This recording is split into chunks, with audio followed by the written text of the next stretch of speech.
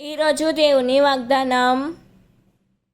అయ్యో, కపట భక్తులైన ధర్మశాస్త్రపు దేశకులారా, పరిసయ్యులారా, మీరు సున్నము కొట్టిన సమాధుల వలె ఉన్నారు.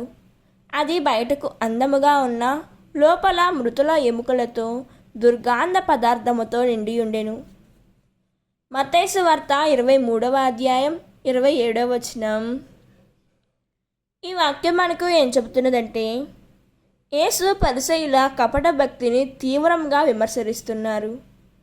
బయటకు అందంగా భక్తిపరంగా కనిపించిన లోపల మాత్రం పాపం, అహంకారం, దుర్మార్గంతో నిండిన జీవితం దేవునికి ఇష్టం కాదు.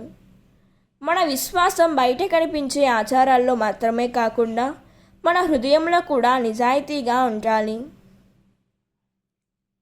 దేవుడు ఈ వాక్యం వింటున్న ప్రతి ఒక్కరిని దీవించునుగాక. ప్రార్థన.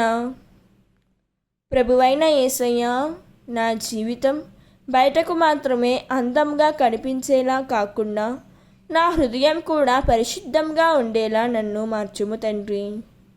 ప్రభువా, కపట భక్తిని, అహంకారాన్ని, చెడు ఆలోచనలను నా నుండి తొలగించుము. నిజమైన విశ్వాసంతో, ప్రేమతో, వినయంతో జీవించే కృపను నాకు అనుగ్రహించుము తండ్రి. ఆమేన్. God bless you.